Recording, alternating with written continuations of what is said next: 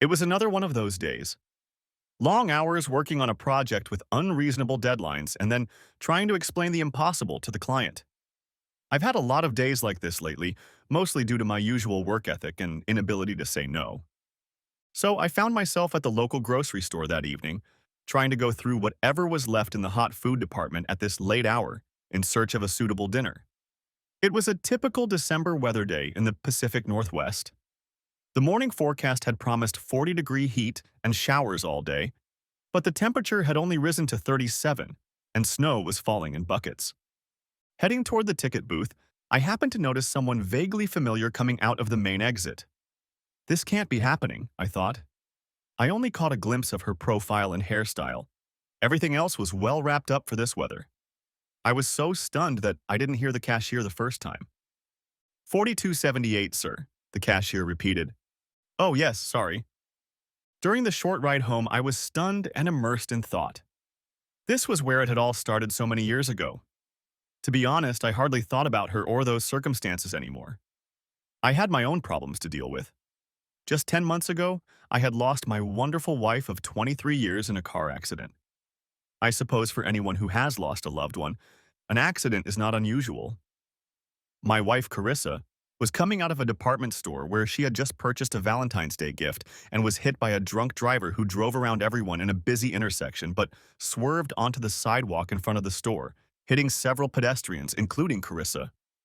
The pain and suffering I experienced after her death is beyond description. How and when it all happened probably contributed to it. After the funeral, I fell into a deep despair. Our son Brady, and even more so our daughter Claire, helped me out of its grip and persuaded me to agree to grief counseling. To my surprise, I learned a lot about myself.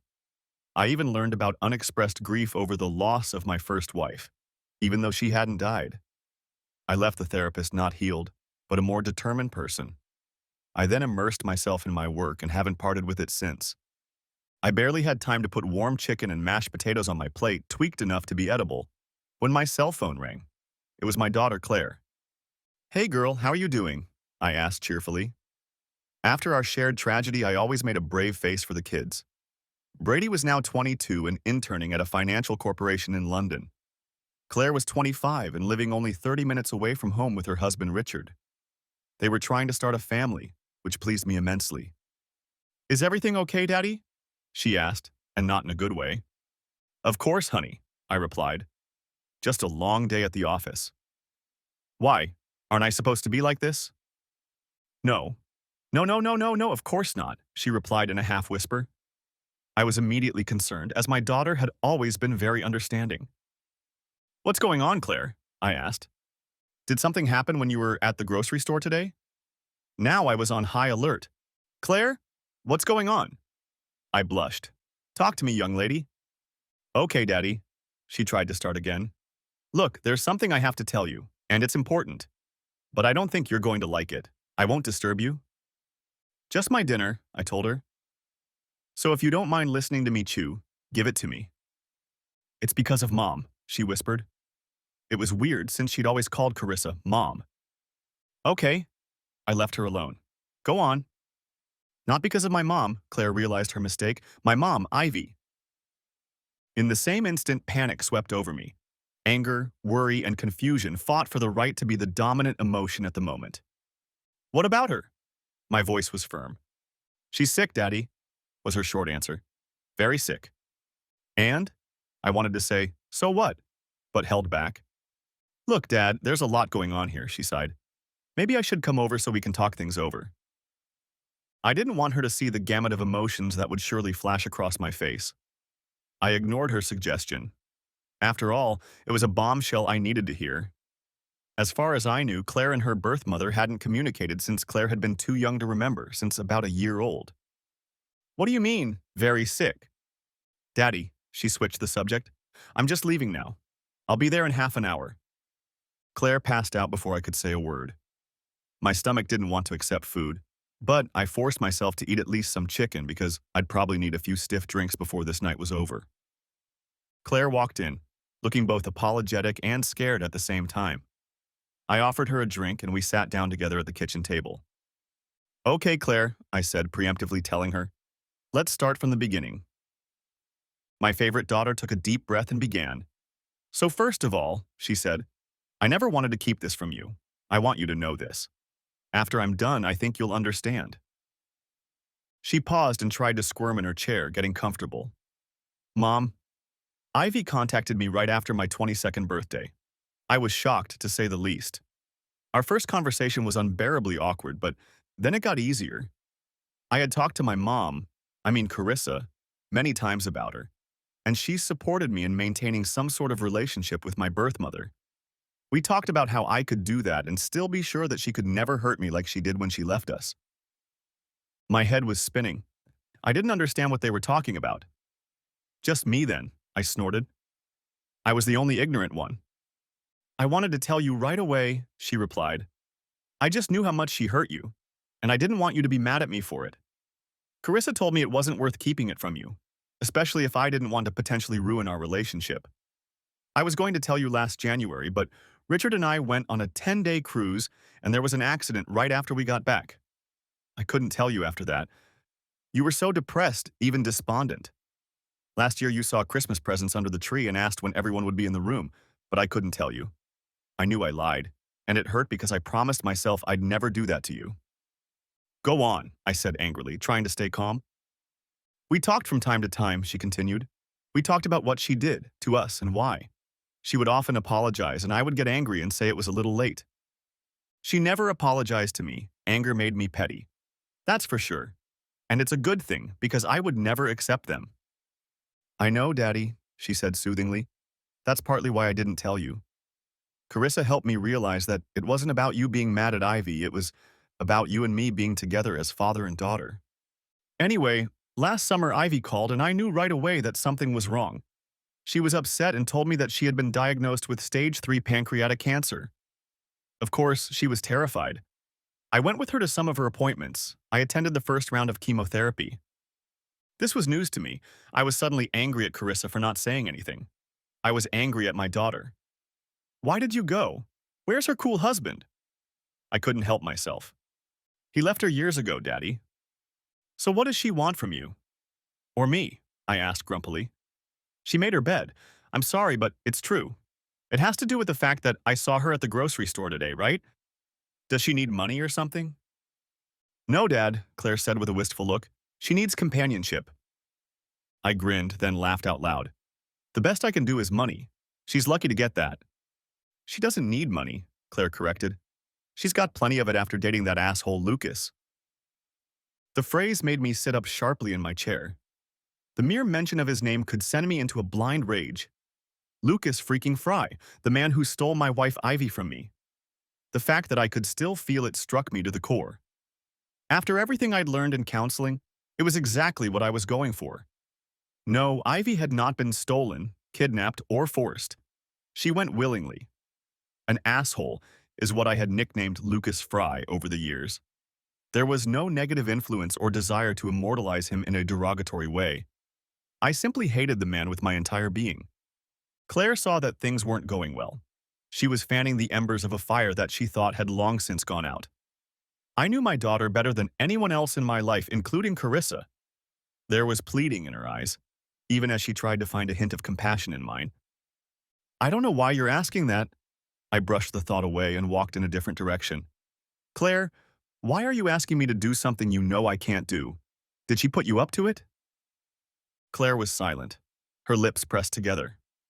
I knew what was going on because I was the one who had taught her this. As a young girl, Claire had been impulsive, quick to lose her temper, if you could call it that. I spent a lot of time teaching her that the most successful people think before they speak and choose their words purposefully. No, Daddy, she began. She didn't ask me to do that. For that matter, she asked me not to, at least indirectly. I'm asking mostly for my own sake, I suppose. But I also believe I'm asking for your sake. That's ridiculous, was all I could mutter. No, it's not, she interrupted. Hear me out, please. You're my father, and I love you very much. I loved Carissa almost as much. Her death almost crushed me. I'm still young, so it was a first for me. A peek behind the curtain of the inevitable.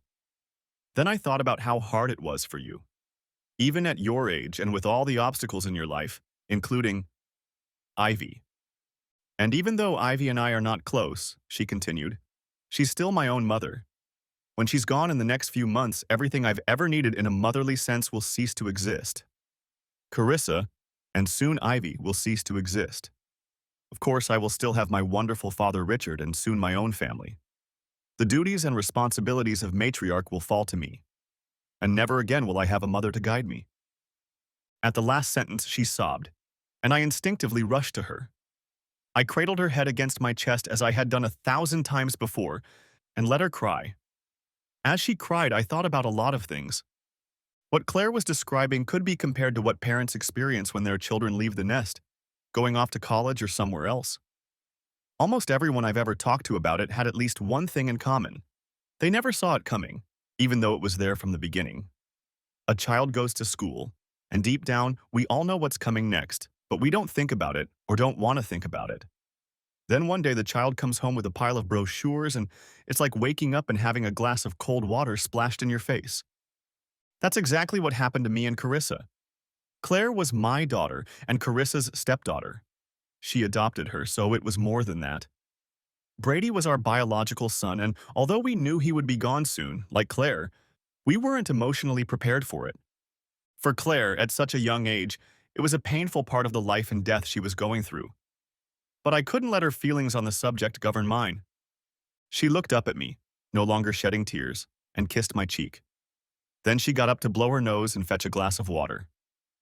Daddy, she began again before sitting down, I've been thinking. Other than Richard, you're the most important person in my life. Okay, maybe you two are related. She chuckled. Either way, after all this loss, I'm going to need you more than ever. She paused to appraise me. You've made progress, Dad. I've seen it. The counseling helped, of course, but I've also seen that you've pulled back a bit. You've immersed yourself in your work and become more cautious. I can't explain it exactly, but I know one thing. I want my old father back. I want my children to know the man who raised me, not some other version of that man. She took a sip of water and continued. Dating her, spending time with her, that's not for her. It's for you. Maybe she'll get some forgiveness or absolution before she dies, but what you really need is closure. You never got it, not in the sense that she left us, just like she left you. I know how much you loved Carissa. Not a few minutes later, my tears flowed. She sat on my lap to comfort me. You've closed that chapter, Daddy. You've made peace with the tragedy and the loss of your mom. But I think you need to close another chapter before you can find real peace. In a few months, it'll just be you and me. Remember the song we used to sing when I was a little girl? The one we used to sing when we were just hanging out? You and me against the world? It talked about times long past in the future. What's that old phrase you said to me once? It seems to be in Gaelic. Auld lang syne, I said more to myself than to her. The literal translation is long ago, and in English it means times long past. The title of the song was exactly that. You and me against the world, except I changed Mom to Dad. I can't believe you learned it by heart. She smiled broadly and hugged my cheek affectionately. I love you, Daddy. It was a big moment for the Sullivans, at least for her and me. Then my thoughts returned to the current issue at hand. Claire, I said softly, I don't know about what you're suggesting. I never tried to contact her because I knew I didn't want an explanation. It would only cause more pain. I had to be strong for you. There was no point in going with the flow. It was her own fault for making this mess. She wanted him. She chose him over me, and you, the end. Claire nodded slightly. Yeah, I know, she agreed with my temper. But those times are long gone, Dad. And now we're living in the present. Soon she'll be gone. It won't matter much except that you can get answers and close the book of the past once and for all. I need to think about that, honey, I told her. I know that too. She kissed my cheek and stood up. Don't think too long. Time isn't on your side. When my head touched the pillow, a restless sleep awaited me. Ivy was overwhelming my dreams and thoughts. My wife, too, appeared to be among the co-conspirators. In one of the dreams I recalled the next morning, Carissa was sitting with me on a Victorian bench in some garden. She was holding my hands and explaining that Claire needed her help, and she couldn't risk hurting me after all these years. I found an old Helen Reddy song on YouTube and listened to it while I shaved the next morning. It brought back a lot of memories, both good and bad. Here's what I thought. Ivy didn't try very hard to hide it, so it was easy to suspect her. Lucas Fry was a promising singer and songwriter. His band, the Pine Needles, a silly play on words due to our geographic location in the Pacific Northwest. Fry was also Ivy's high school sweetheart. As she told it, he dumped her more times than I could keep track of, but she kept coming back for another. I had always considered myself a logical and reasonable person, even back then. We met, dated for a year, and got married. Not a year later, my opinion of myself proved to be wrong. Ivy got pregnant right away. It wasn't in the plans, but at least I was happy about the news. A few months after Claire was born, Fry found a way to contact Ivy again and talked her into meeting up somehow. I never found out the details. She didn't lie about meeting him. She would go to his studio, which was just a well-equipped garage, and listen to the band. I was furious. She was telling me to stop being paranoid. She loved me. She was there with the whole band, and just to help him write songs like back in the day. At first, I told her I didn't want her to be with him. The temptation was too great, and I told her that she already realized how he was affecting her. When that didn't work, I forbade her from taking Claire to band rehearsals. Fry's band recorded an album, and they were discovered by an agent. Things with the label moved quickly. Ivy became emotionally uninterested in me and Claire. I feared the worst, but I couldn't get her to talk to me.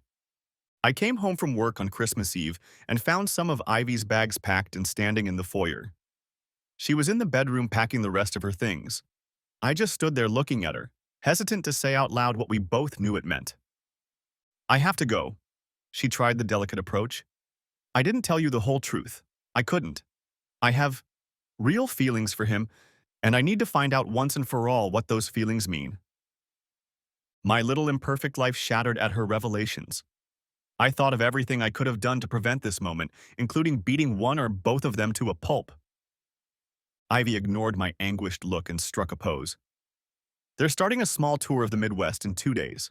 I'm going with them. I'm sorry to burden you with this. You're not sorry, liar, I spat. Damn liar. What about Claire? Does she mean as little to you as I do? Ivy didn't answer. She grabbed her last bag and headed into the living room. In a last desperate attempt, I blocked the hallway. You're not going anywhere, I shouted. Not as long as you're my wife. She paused to gauge my anger, at least it seemed that way to me. After all these years, I couldn't remember all the details. Ivy slowly set the bag on the floor and, looking me straight in the eye, said, You can't stop me, Mark. I'll just call him or the police. Of course, I laughed. Call him right now and tell him to come get you. I'm begging you. Ivy looked at me strangely, like she didn't know me very well. She walked past me, dragging her suitcase behind her. I wasn't going to stop her, and then it hit me. It also hit me that I didn't want to do this anymore. She carried the big suitcase out the door and somehow loaded it into the back seat. When she came back for the small one, she stopped and looked at me blankly. The tour runs through January 14th. I'll be back on the 3rd or 4th. I'm not going on vacation or any kind of adventure. I've got some things to figure out, and then I'll be back. We'll talk then. Mark, look at me, I cut off, overwhelmed with a wide range of emotions, and she noticed it. There's a detailed list of care for our daughter on the table. I feed her very infrequently now, but there are 4 bottles in the fridge in case she gets cranky in my absence. I was still in mild shock. She walked over to me, said, sorry, and tried to kiss me. Something snapped me out of my reverie, and I quickly recoiled, defending myself. For some reason, this elicited a hurt look from Ivy, but she recovered, turned her back to me, and headed for her future. I didn't see her again. The note, I can't call it a letter, came on January 2nd. She knew right away that she and Lucas were meant to be together. She didn't want to take our girl away from her father, and since Fry was suddenly in a no-win situation, she didn't want anything from me, not even our house. In return, she simply asked me to treat Claire like the treasure she was and raise her properly. My parents and sister were shocked and outraged. Mom and Dad found out about her betrayal at Christmas when they called. The year before, they had moved to Southern California to be closer to my little sister. When they moved, I assumed, as I had before, that they favored my sister over me. But that turned out not to be the case when, right after Christmas dinner, Mom and Dad went to the Los Angeles airport and flew over to help me with Claire. Looking back over the years, I was sure Claire wouldn't have survived if it hadn't been for Mom. Even with the notes left for me by that slut, I had no idea how to care for Claire. Mom told me many times that I didn't value myself enough and that people, moms and dads, had to put up with for thousands of years. Dad gave me moral support, and we spent more than one late night consoling over Ivy's act. He took care of me, and Mom took care of Claire.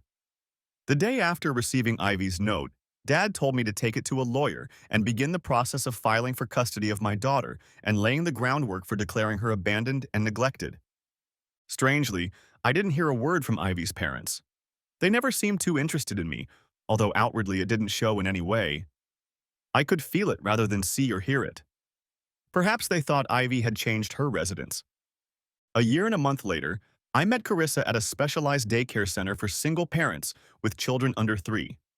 She had a double degree in child psychology and child nutrition. We hit it off right away, but I was still a very damaged soul. I didn't trust people and my faith in humanity was severely shaken. I constantly wondered why a woman like Carissa would fall in love with someone like me. What did she want? It was a question I inevitably asked myself. My future wife guessed my dilemma but did not challenge it. She kept it to herself and handled my heart and mind with patience and care until I finally came out of my condition and fell head over heels in love. My love for her and her untimely death weighed heavily on me that day as I thought about her and Claire acting behind my back with Ivy. I felt like a traitor. I wondered how many other things my loving wife was keeping from me. But strangely enough, by the evening, my feelings for Ivy had softened. Completely? No. In a way, the discovery of the wound had renewed my irritation, but come to think of it, much of what I'd experienced 20 years ago seemed far less important in the grand scheme of life. Besides, she was dying. In a way, I was ashamed of myself for not being sad about it. The truth was that she could no longer hurt Claire or me. It wasn't until a day and a half later that I called Claire and told her I wasn't committing to anything, but was willing to meet Ivy at a neutral place and at least talk. I decided to do it for my daughter's sake, as she seemed to need it. When Claire approached the table at Outback Steakhouse, followed by her mother, I immediately felt conflicted. I chose that place because no one we knew went there. Ivy stepped forward, and I barely forced myself to smile. She had an unhealthy skin color and was very weak. I hadn't been there for my mother when she got cancer, just like she hadn't been there for me my whole life. I felt guilty that I couldn't do that. Ivy was the first person I had ever scrutinized who was so sick. I was often distracted while eating. Claire and Ivy felt it too. We sat there, tangled in our thoughts, and the conversation would drag on. For almost the entire meal, Ivy made small talk with Claire. No talk of the past, and to my dismay, no apologies. The longer we played getting to know each other, the more tense the atmosphere became. Ivy was on a special diet, but for dessert she ordered a flourless cake. And that's when I couldn't take it. "So, Ivy," I said, clearing my throat, "what exactly do you want from me?" Ivy's smile disappeared, and she shifted her gaze from me to Claire. "Daddy!" Claire shouted a few decibels louder. Ivy looked sad, but not angry. She gently touched Claire's hand and said softly, "Claire, it's okay. I told you that things might not go the way you think. It's okay." That made me angry. She was taking some kind of moral responsibility, perhaps trying to turn Claire against me. "No, Ivy," I hissed, trying to speak softer. "This isn't all right. I'm here, against my better judgment, asking a legitimate question. Let's be honest. Sick or not, I don't trust you at all. And yet here I am. So let's stop talking platitudes and get to the point." Ivy looked even sadder. Claire looked so shocked she was ready to faint. In her entire life, she'd never seen her father act like this, not even with the punk kid in high school who tried to hit on her at the homecoming dance. My ex-wife, however, was no spring chicken. She quickly came to her senses and looked me straight in the eye. "Okay, Mark," she said in a measured voice. "A simple answer to a simple question. I need a companion for a few weeks. I have things I want to do before I die, and I'm afraid to do or try to do almost all of them alone. I'm too sick to do some of them, and I don't want to die trying to complete my to-do list." She paused to let her words soak in. At the same time, Claire's father is lonely and still struggling with a terrible loss. In between doing my to-do list, I need to let go of my biggest sins. And since you're the person I've committed most of them against, you need to hear what I have to say too. This is exactly what I talked to our daughter about. I'm also sure your wife knew about it and would approve. How dare that evil bitch mention Carissa's name? My blood pressure skyrocketed. Don't you dare claim you know anything about Carissa, I hissed. Don't you dare mention her name in my presence. Claire reached across the table and took my hand, her eyes pleading with me to calm down. While all this was going on, Ivy looked over my shoulder and indicated for the server to bring the check. It's okay, Claire, she reassured me. I gave your father quite a bit of trouble today and peeled a few scabs off some old wounds. His reaction is perfectly normal. Ivy looked at me, looking right through me. Mark, she said, I'm just asking you to think about it. Yes, I suppose you would eventually do something good for the man who so callously ripped your heart out. I can't imagine making amends. It won't happen even if I live to be 100 years old. But I've never had the courage to tell you why, and that's something I can live with. Besides, I pay for everything, so listening to a dying wicked witch won't cost you a dime. It's the truth, and if you can't bring yourself to believe it, then just call me and say no. All evening at home, I was frantic. Claire didn't say 2 words to me after Ivy paid the check and we all left. How dare that damn whore meddle in our family cause problems just because she was going to check out? She was as selfish as ever. Well, I wasn't going to play her game. Soon she would be gone and I could get rid of her once and for all. The next morning was no better. I tried to call Claire twice, but she left a message on her voicemail, which she rarely did. Just before noon, I got a call from an unfamiliar number, but I knew who it was. Mark Sullivan, I answered professionally just in case. Hi, Mark, she answered. Do you have a minute? This isn't a good time, Ivy, I muttered. Besides, I'm not sure we have anything to say to each other. Nonsense, she exclaimed. I'm sorry about last night. Having Claire around had the opposite effect on both of us. I should have known better. What I ask has always been about us and only us. I'm sure all your thoughts of honoring my request are gone now. This is my last attempt to change your mind. I was really working on another deadline, so I didn't have time for her excuses. I can't, I told her. At least not right now. You have my cell number, so if you want to talk to me, call me tonight at 7. I'll be ready to talk then. The night before, I discussed a few compromise options. Perhaps she would agree to one of them. She called exactly at the appointed time. We exchanged pleasantries, and then she cut to the chase. Again, I'm sorry about last night. Obviously, I bring out the worst in you, and quite deservedly so. Claire looked like she didn't know you. That's my fault too. Ivy, I intervened, just stop. I know what you're doing. It's pretty damn obvious. It's been 20-odd years. You made your bed. I was forced to come back, and I did. I had the best life imaginable until some drunken bastard took it all away from me. So what can you do for me? What can cleanse your soul? There was an eerie silence. I almost wondered if she was still here. I'll answer in order, if you don't mind, she replied in a thin voice. First, there's nothing I can do if you don't accept my apologies, or if you're uncomfortable with me making them. You've earned them, and repeatedly. I won't stop offering them. Second, she paused briefly, the man who loved you the most. She told Claire that her father had overcome every obstacle in his life and that she was very proud of him.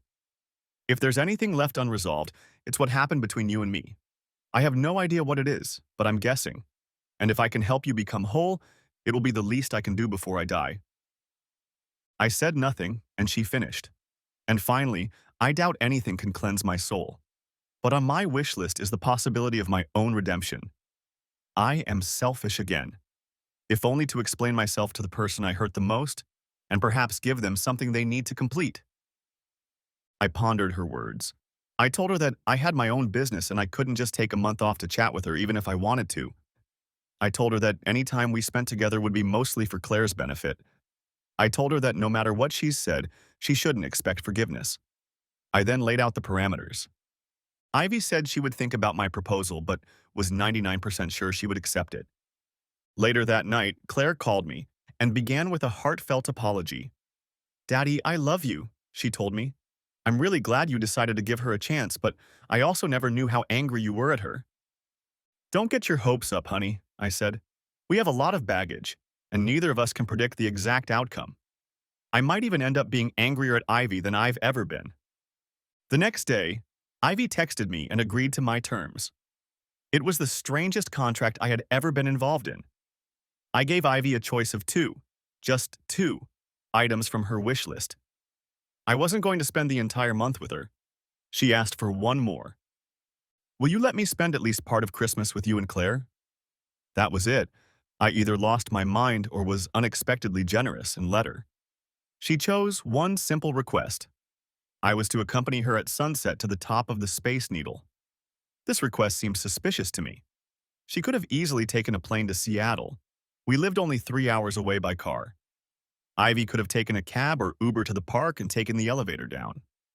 The Tuesday before Christmas, Ivy and I drove to the airport and boarded the plane. The ride was terribly awkward. I decided that Ivy must have changed her mind about her plan. She was a little chipper than she had been that night at the restaurant, but her skin color was awful. I couldn't help but sympathize with her. As we waited to board the plane, Ivy broached the subject of Claire's childhood. Was she a happy child? She asked cautiously. Did she need special counseling? No, I answered evenly. She was only 2 years old when Carissa came into our lives. She was too young to remember or understand. I was different. I had no idea why I said that. I promised myself over and over that I would talk about my feelings as little as possible during those dark days. She dropped the phrase and seemed to reflect. It seemed to me that things were going wrong, but I held my tongue. This was her show, and maybe she'd cancel the whole damn thing. On the airplane, Ivy dozed off almost immediately. I wondered how much of her fatigue was due to being sick and how much was due to taking her medication. Her face, relaxed in sleep, seemed younger. It was more familiar, like it had been when she hadn't left yet. Then I thought of her and Fry, and I had the urge to strangle her in flight. That would be a much more painful fate for her, I decided. Ivy took a long time to recover after the plane landed. It could have been the effects of the medication, or more likely her muscles betrayed her. Betrayal, I thought. I helped her to her seat at the exit and she pulled a box of pills out of her purse. She seemed to double-check many of the pills before swallowing them. I'm sorry, she said. I want to enjoy this. What Ivy didn't know was that I had made reservations at a very busy haute cuisine restaurant in Eagle. If she wanted to unload, she could have started as early as tonight. During the cab ride from SeaTac, she had many opportunities to talk, but there was no way she could find her voice. By the time we arrived, the sun had already dropped into the winter sky. Ivy seemed fascinated by the structure. She touched the beams at the base. While those inside were busy in the gift store, Ivy looked up, down, and in all directions. She amused me. I knew it was her first time there, but it was like she had never been there before and wasn't surprised. As we rode the elevator, she squeezed my hand tightly and snuggled up to me for support. It wasn't an endearment. I walked her to the west side of the building and we had to wait for a large group of tourists to take their pictures. Are you okay? I asked, genuinely worried. A lot of pain, she replied hoarsely. I'll be fine. Finally seeing a gap in the railing, I guided her there, letting her hold on to the barrier. I expected her to want to take some pictures, maybe even pose with me. I was prepared for that, but to my surprise, she just stood next to me and admired the sunset. It's beautiful, she said in a barely audible whisper. She wasn't talking to me. She wasn't talking to herself or anyone else. As I reflected on this first of her last days, emotions overwhelmed me. I had hated her for so long that I was ashamed that I had any compassion for her. There was guilt, too. It had to do with the fleeting thought of how unfair it was that she had outlived my wonderful wife. But neither had anything to do with the third. Ivy took her right hand off the handrail and placed it on my forearm. Then she leaned her head against my shoulder, watching the sun disappear behind Puget Sound. I finally realized at least one thing. Knowing her fate, Ivy wasn't going to ask permission or worry about anything that might show up. She waited another good 5 minutes, taking in the colors and the impending darkness of the December twilight. Ivy turned slightly toward me and kissed the very shoulder she'd been leaning on. Thank you for this, she said to me. I waited until she turned away and wiped a few tears from my eyes. Hey, I said, letting her take my hand again. I have a little surprise. At first, her face looked concerned.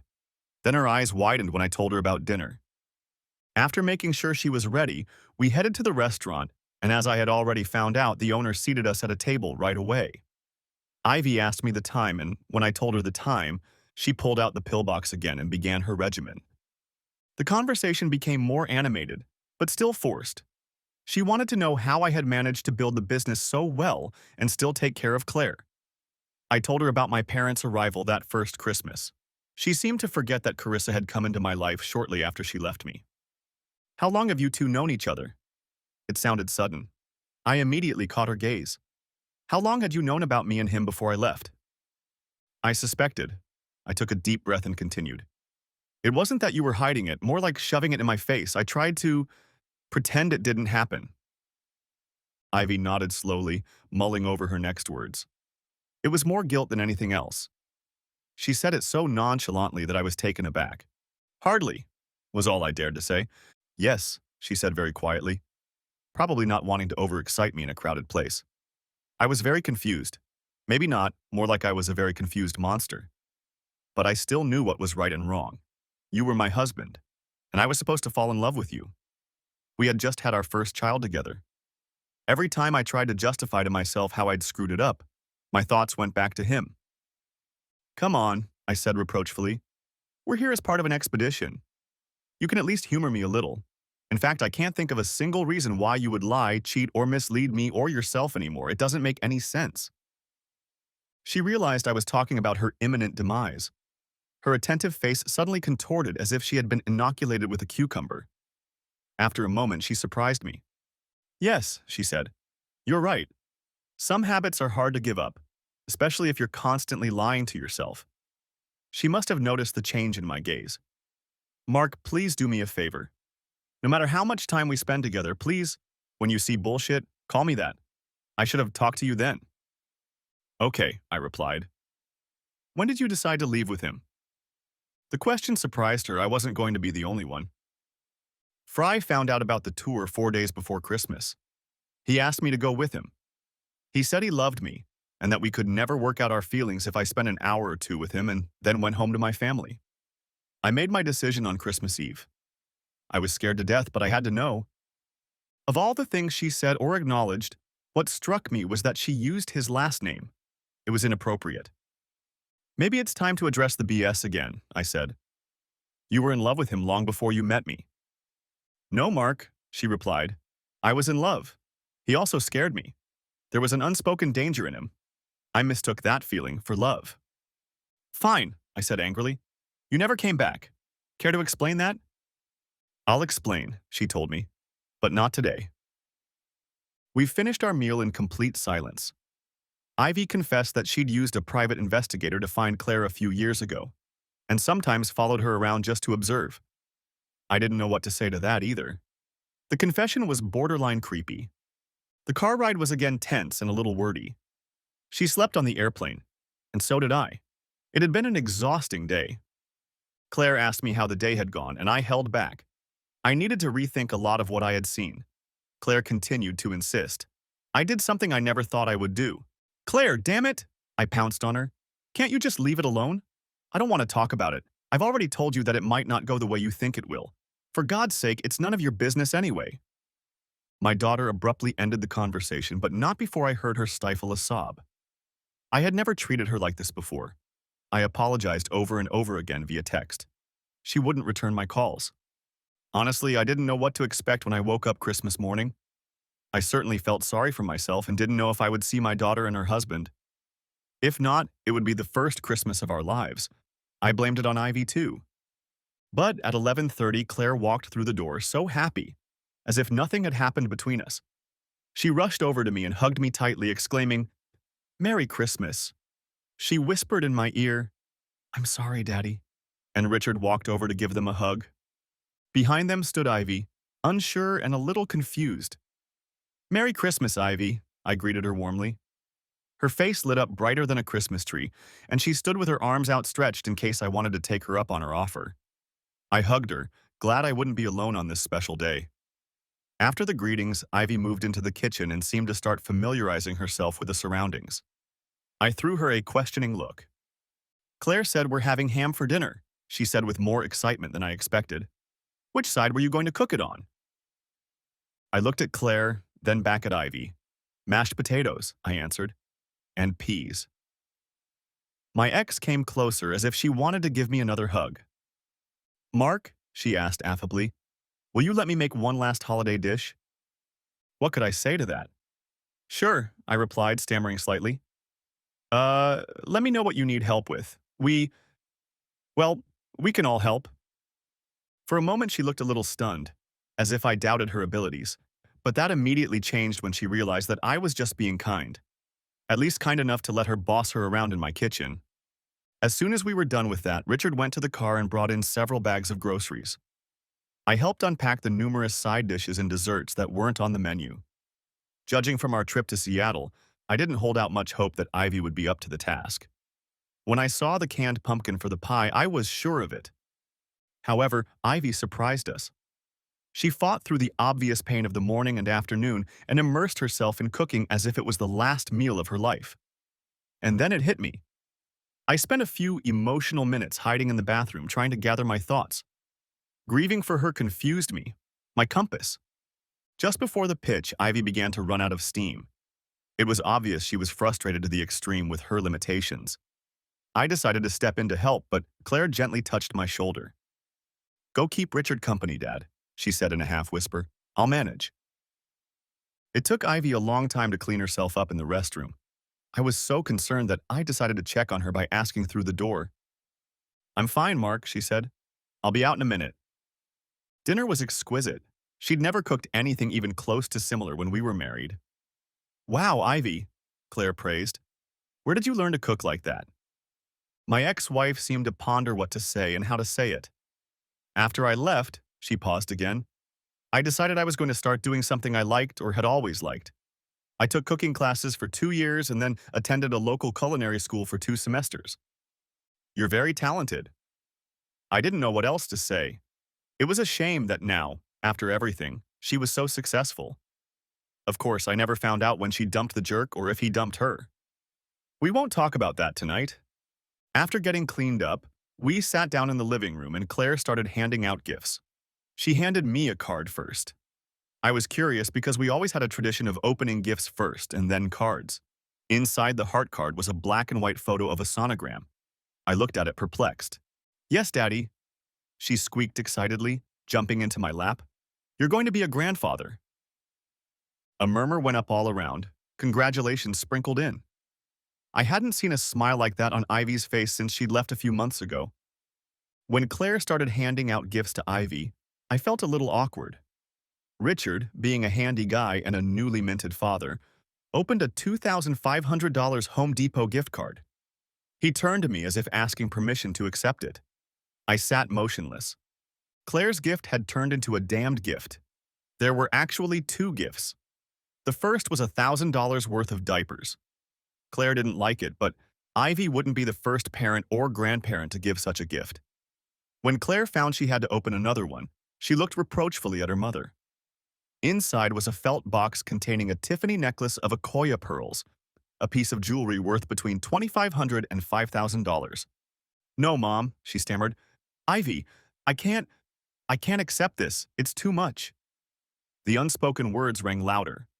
Claire's love, respect, and forgiveness were not for sale.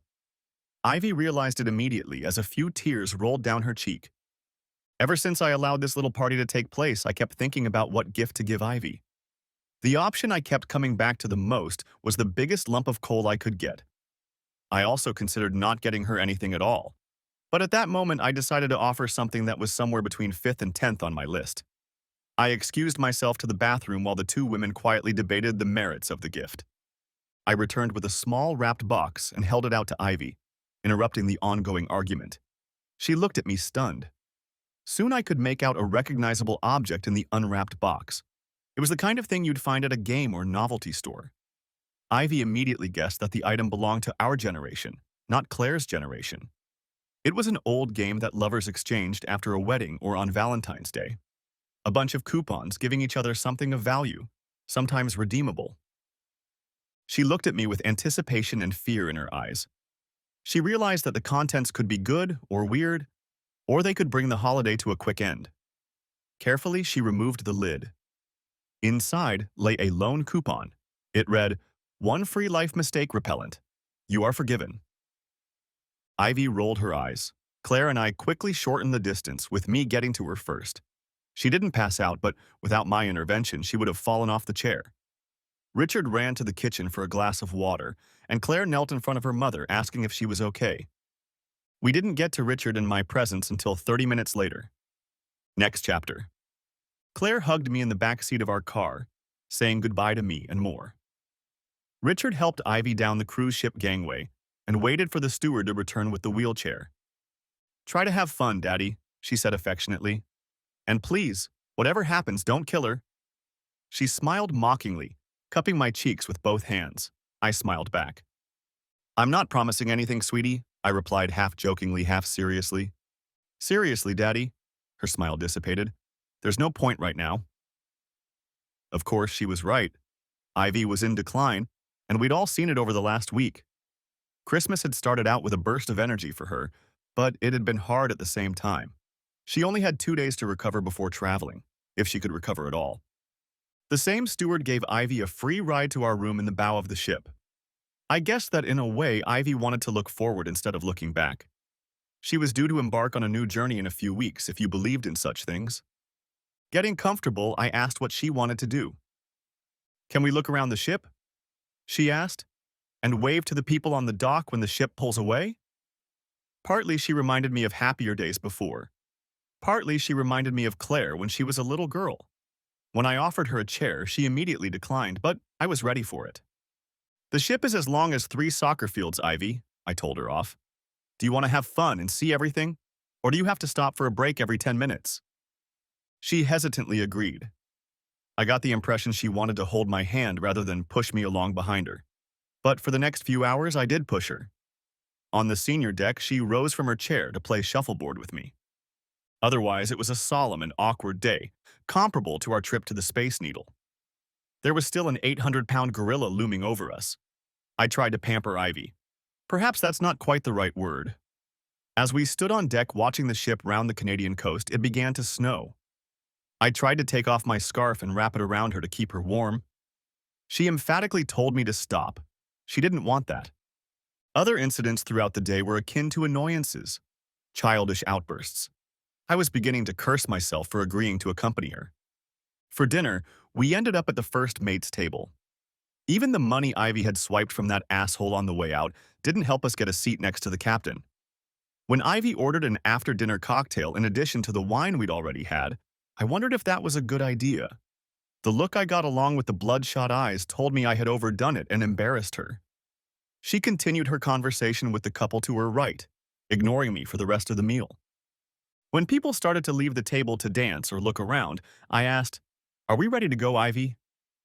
She looked at me like I had 2 heads. "What?" she asked quietly. "No, the evening is just getting started and I'm having fun." That look and the sarcastic answer were almost forgotten memories from our past. They came back with renewed vigor, and anger swept over me. "So you don't need medication or anything?" I growled. "Or anything else?" She always argued, answering a question with a question. "If you want to be somewhere else or you're not comfortable here with me, you can leave." This was a new side of Ivy. I was stunned, and she picked up on that. "Mark," she said more calmly, "you can stay or not. I'm having fun. And I thought you were too. You've been acting like a parent all day. A little drink after dinner won't hurt me, considering what I have going on right now. Just relax." I was angry enough to lash out at him, but I didn't want to make a scene. I frowned, stood up, and walked out from behind the desk. Our cabin had 2 double beds. I got ready, but it was only 10 o'clock, and I lay there thinking about how I was going to get through the next 4 days. The ship wasn't due back in port until late afternoon on New Year's Eve. Ivy was dying, and nothing was going to change that. I talked myself into believing she needed my company so she could talk about her transgressions, to confess her sins. Now I saw that she was still the same selfish Ivy, partying with strangers instead of doing important things. And not so long ago she'd brushed me off because I'd tried to court her. Screw it, I thought.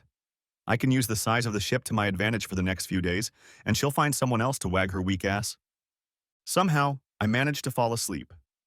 I didn't know how Ivy got back to our room, but when I woke up, she was already asleep on the bed next to mine. By the time I made my three S's, she was already up and sipping coffee in the living room. She was reading the ship's entertainment pamphlets and didn't meet my gaze, but looked over it. "Good morning," she said stoically when I didn't greet her first. "Are you still not in the mood after yesterday?" "You know what? Screw you, Ivy." I couldn't help myself. "I'm trying to be nice, and it's the same old with you. I'm going to breakfast. You decide what you want to do for the rest of the day. I'm sure I can keep myself busy." I walked out and headed towards the buffet I had read about before dozing off the previous night. I was halfway there when I saw her walk into the lounge. One of the servers immediately came over to offer assistance, and she looked around the lounge and finally pointed in my direction. He sat her down at the table to my left and threw her a perplexed look when I didn't stand up and greet her. "Mark," she said with a pleading look, "I'm so sorry. My behavior last night was disgusting. And I behaved horribly this morning too." I didn't say anything back, and she continued. "I tried to enjoy it. I originally assumed I'd be traveling alone, so I'm trying to adjust." "You asked me to accompany you, remember?" I asked sarcastically. "As for your behavior, it's been normal for the better part of 25 years. I expect it. I just don't have to put up with it anymore." Ivy hung her head, then raised it again with false bravado. "So, a piece of paper for Christmas. It was just a gesture, wasn't it? You haven't truly forgiven me, have you?" Before I could answer, Ivy continued. "This is going to be harder than I thought. I was planning on talking about it tomorrow night. Even talk to you if I needed to. I wanted to do it right in the middle of our trip so we could enjoy the first few days and, depending on how our conversation goes, maybe enjoy the last part as well." The woman's chutzpah. "Yes, but I wanted to win the lottery, have 4 points on the golf course, and a faithful wife. We don't always get what we want." She rolled her eyes, which I was starting to get tired of. "You had a faithful wife, and I'm sure she would have stayed that way if it hadn't been for fate. Your first wife was a fool to think she fell in love with another man, otherwise she would have been the same. You still have your best years ahead of you, so pay for golf lessons and buy a ticket more often." The bitch was going to play the death card. "Okay, Ivy," he growled through clenched teeth. "Enough of this damn smug resentment. Poor Ivy, as always. I know you're sick, but damn it, you're always the victim." "Ah," I exclaimed, standing up and leaving her where she was. People all over the dining room looked at me and I didn't care. Around 3 o'clock, Ivy found me by one of the pools. Another ship's employee was pushing her chair. As I watched her approach, I noticed that she looked beat up from head to toe. Even with the bright sun streaming through the glass ceiling, her skin had a gray tint to it. The cruise hadn't worked out the way she'd hoped. Too bad. "May I sit with you?" she asked formally. When I nodded, she reached into her clutch and handed the man a $100 tip. She moved to the chaise lounge next to me and looked out of place without her swimsuit on. "Can I ask you a few questions?" She was polite or cautious. "Sure," I replied. Part of me was acting childish. Another part of me was judging myself for agreeing to this trip. In the back of my mind, I was still mad at her after all this time had passed. "What did you think when you got my note? About me not coming back?" "It confirmed my suspicions," I answered honestly. "You've always been his, and you finally realized it." Ivy shook her head. "No, Mark, it's my fault," she said. "Not for what you thought, but for what you felt." It was easy. I'd done this exercise dozens of times with my therapist. Betrayal. If you thought I'd finally realized that Fry was my true love, why were you surprised at the betrayal? "I never said I was surprised, Ivy." "I don't understand," she replied quickly. "If you felt betrayed by announcing that I wasn't coming home, then you expected that I would. That's why I said surprised. I didn't want to start this conversation, but she wasn't going to leave me alone. I wasn't going to hide in the broom closet during a 4-day Alaskan cruise." "Ivy," I sighed and took a deep breath. "I didn't expect much from you when you started hanging out with his band. You were in love with him. I knew I was losing you. We had an infant. I had to get food on the table. I knew you'd go to him eventually. But I never thought you would just walk away, leaving your daughter behind. That was mean." She wondered. "If I had left with Claire, would you have fought for her? Would you have fought harder for her than you did for me?" "Back off, Ivy," I spat. "I fought for you. Really fought." If I'd come back like I was going to, would you have taken me back? No, I told her. No way. We would have divorced, shared custody. What happened to you, Mark?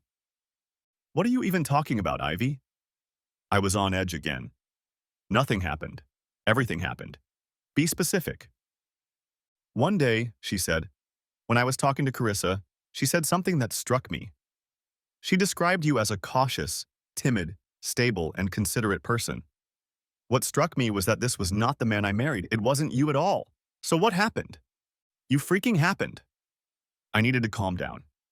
Ivy nodded slowly in agreement, as if those were the words she wanted to hear. I wasn't about to pass up a chance like this. You ran off with your high school boyfriend. You didn't care about your husband or your daughter. You had the life you wanted with some selfish jerk, and now you're rich and can take off early with no regrets. I was supposed to be a slow and steady turtle, I continued my tirade, so that I could take care of our daughter, so I could take care of my new family. I didn't always do what I wanted, even the opposite. Yes, sometimes I hated you and envied you at the same time, but I'll remain a slow and steady turtle long after you're gone. So wipe that smug expression off your face, dear. With that last comment, the expression did indeed disappear. Good. It certainly didn't dissuade her. That's what I thought, she said. And if I may assume, you were leaning on Carissa as much as she was leaning on you. And then she just walked away. My need to understand what she was getting at overpowered my desire to get her to stop talking about my sweet, wonderful wife. She expected me to brush it off, but I didn't, and she continued. You were doing everything right. In your mind, you were on the right track, as was your life until the accident. Is that true? I didn't answer enthusiastically, but it was partly true. Instead, I nodded slowly. She left you as I did, so I finished at that. She was taken from me, unlike you. Don't you dare equate the two events. She never had any intention of leaving me. Then why are you still fighting it? She interjected again. Everyone knows it was an accident. Maybe you were playing it safe for the greater good, but why aren't you moving on? What's holding you back? I'm not. My thoughts scattered in different directions. I'm not. I'll move on, in my own time. That was it. Ivy didn't say anything else. She just stared at me, waiting. I loved her. I was no longer in control of myself. I loved her more than I've ever loved anyone, ever. Shit. She was taken. I don't need another love. I don't need a girlfriend or a relationship. A relationship? I'm clearly not cut out for them. I lose every time. Ivy was still looking at me thoughtfully, and she seemed more than okay with that. The very thought, much less the reality of me being so blatant, was annoying. You wouldn't understand, Ivy, I corrected myself. You got what you wanted, and more cream on top. Ivy finally said, I don't think I did, but we'll talk about it later, tomorrow. Why tomorrow? I demanded. Why all the cryptic nonsense? Maybe it's not important enough for me to hear it from you. Frankly, I just don't care. I stood up and motioned for her to sit in the chair. She didn't resist or make any snide remarks. I could see that she wanted to stay. No, she just didn't want to leave. Perhaps she thought I was interrupting her fun on purpose. Dinner passed in silence. She was absorbed in her thoughts, and so was I. Later in our room, Ivy looked disoriented and weak. She asked me to help her shower. Besides the obvious illness, there were several marks on Ivy's body that hadn't been there when we were a couple. She was alert enough to notice my stare. I wanted to look away, but I couldn't. Later, I lay in bed and tried to appreciate what I saw. There were tattoos. I expected to see them, but the sores and scars that looked like burn scars spoke of what? Resentment? Self-humiliation? It made me wonder about her life after Claire and me and whether my assessment might be wrong. In the morning, I found Ivy at the kitchen counter, writing furiously. She absent-mindedly greeted me with a good morning. I went to shower, and when I got dressed and came out, Ivy announced the day's plans with a wide smile on her face. Mark, we're getting off the ship in Vancouver, she pointed to her packed bags. I stared at her, flabbergasted. I want to explore everything, she continued. The only time I've been there was, shall we say, an unpleasant experience. Why are you going? I asked the obvious. We're going to celebrate New Year's Eve at a hotel downtown. Okay, but we won't be able to book a room, I admitted honestly. That's already taken care of, she replied. Booked and paid for. All of this was pissing me off. She'd already said several times that she wanted to explain something important, and she kept referring to this day. What are you doing, Ivy? She probably saw that I couldn't hide my concern. We have a lot to do, she said, as if nothing out of the ordinary was going on. We have a lot to talk about and celebrate the new year. Come on, get ready and let's go. I hummed skeptically, but did as she asked. An hour later, we made it to the beach without the aid of a wheelchair. A cab was waiting for us, and we went straight to our hotel, the Fairmont Pacific Rim. Whatever she was up to, we would do it in style. What surprised me most was Ivy's demeanor and her energy level. She seemed to be totally fine, and that was very different from the previous days. Hell, it was different from every day at all since I first saw her. We visited the stores on the first and second floors, and she did her spending. We also looked into the high-end stores across the street. I'm going to buy something for Claire and our grandson, and also for Richard. I think it will suit her, she told me when I asked what she was up to. I didn't let her buy anything. Later, over lunch, Ivy began setting the stage for our big talk. Mark, there's something I want you to know. I looked at her and stopped chewing. It seemed to me that this was very important to her. Of all the men I've been with, she paused, you're the only man I've ever truly loved. Of all the men? I guess I wasn't ready to answer the second part of her statement. She understood, and her sigh told me so. Yes, Ivy sat up straight, as if she was about to bare her soul. I stayed with Fry for almost 6 years. 6 long years, and I can't think of a single reason why I stayed with him for that long, other than my stupid pride. I raised an eyebrow, waiting for him to continue. He was abusive, physically and mentally. I think almost from the first week I told you I wasn't coming home. He was getting what he wanted. It took me too long to realize his true nature. I didn't want to see it. So that's where all those marks came from? She already knew I'd seen them. My dear man, she hummed, trying to hide her pain. If I tell you how I got them, you'll probably lose the $150 lunch you're eating right now. I didn't budge, letting her comment roll off me like Teflon. The question remained open. Not all of them, she seemed embarrassed. Fry had psychological problems, a lot more than that. A lot of it was so disgusting that I won't share it. You already think badly of me. What happened after you left him? I was almost afraid to ask. Pretty much the same thing, she answered as if that was the most likely outcome. The only people I knew were in the music business. Most of them were friends with him or his friends. It was like a fire in the pan. I didn't have any support system, and frankly, I saw it as atonement for what I had done to you and Claire. Finally, after another 6 years, I met a woman who helped me get out. Helped me get my head together. She got nothing out of it. No money, nothing. She helped me extort money from Fry. The legal system wouldn't have done anything but take money I didn't have. I'm sorry, I said, stammering. I didn't know. Oddly enough, Ivy burst into laughter. Of course you didn't know, she said loudly. How could you? You had our daughter. You had your wife and son, your job and a perfect family. I realized there were other feelings behind the laughter. She was jealous. I used to dream, she changed the subject. Sometimes it was a dream, but I'm sure other times it was a hallucination. Either way, in the dream I was coming home to you. Claire always remained at the age of 1, just as I had left her. You were waiting for me at the front door, but not in our old house, but in the new, more spacious one. You had a smile on your face. Not a good-to-see-you smile, but a connoisseur's smile that said, I told you so. Each time I was ashamed of my behavior, but you accepted me anyway. Why are you telling me this? I inquired. It's simple, she grinned. You're too kind a person to ask. And because I told you from the beginning that I needed to unwind.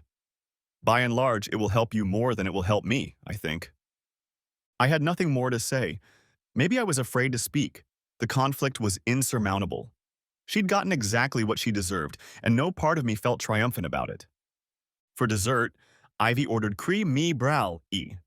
I was full after the Dungeon's crab salad and lobster bisque. You didn't overdo it? She realized what I meant. No, she replied. Besides, what harm could it possibly do?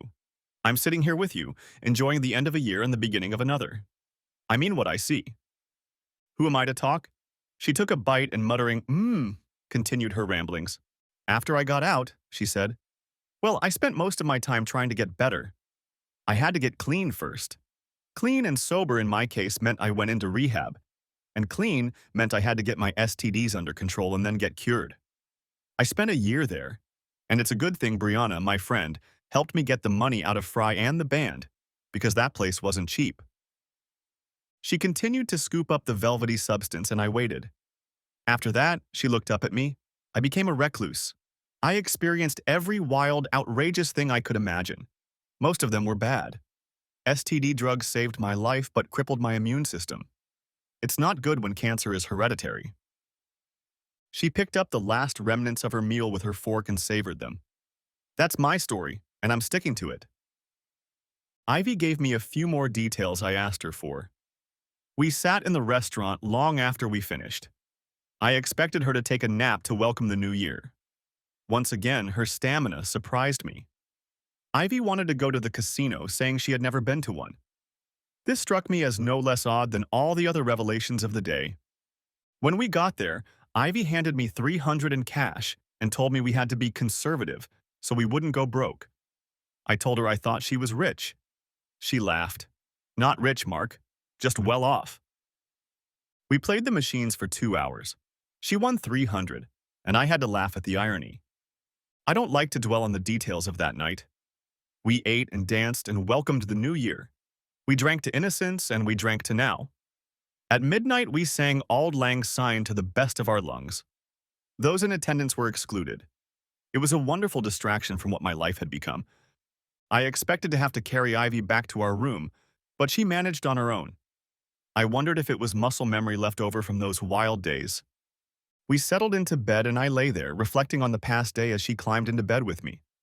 Defensively, I pulled away, casting a questioning look at her.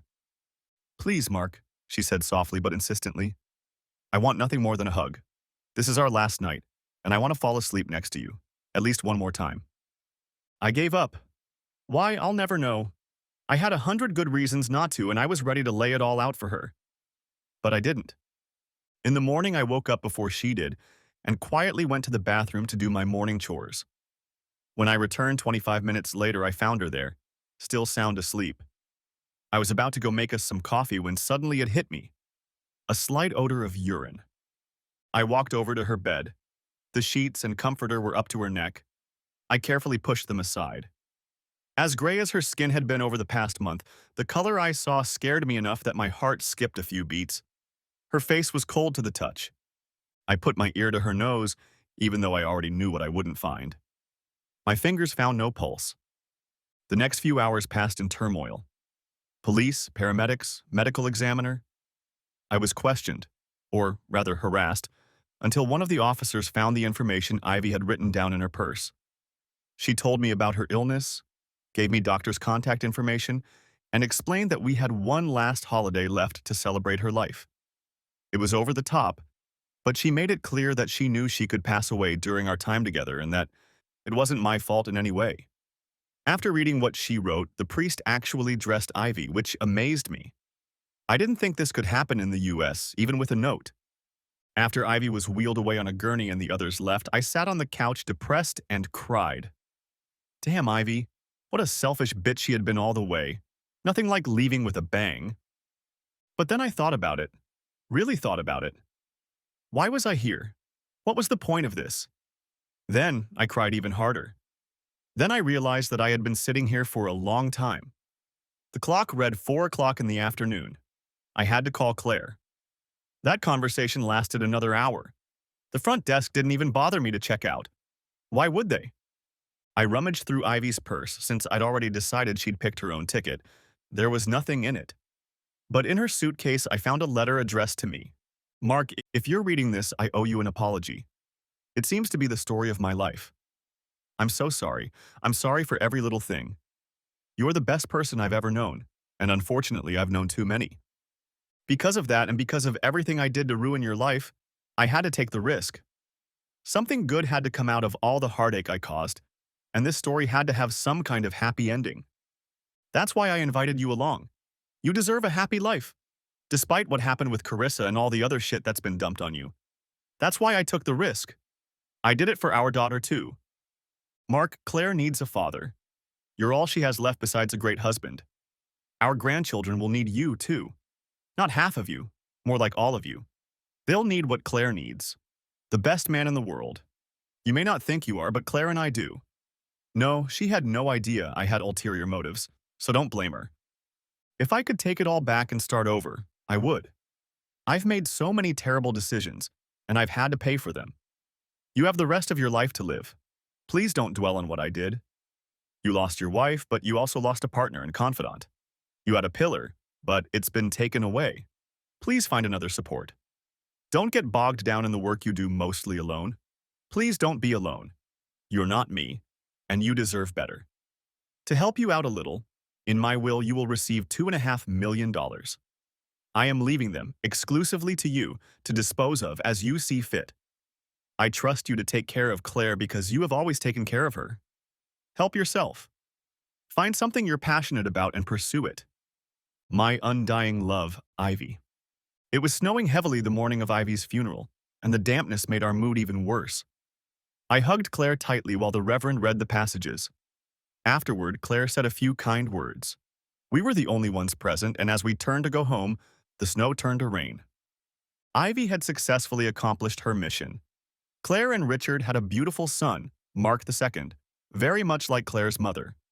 I took most of the money, and with Claire's blessing we started 2 foundations, one for battered women and one for legal and financial assistance for uninsured victims of automobile accidents, which we called the Carissa Sullivan Foundation.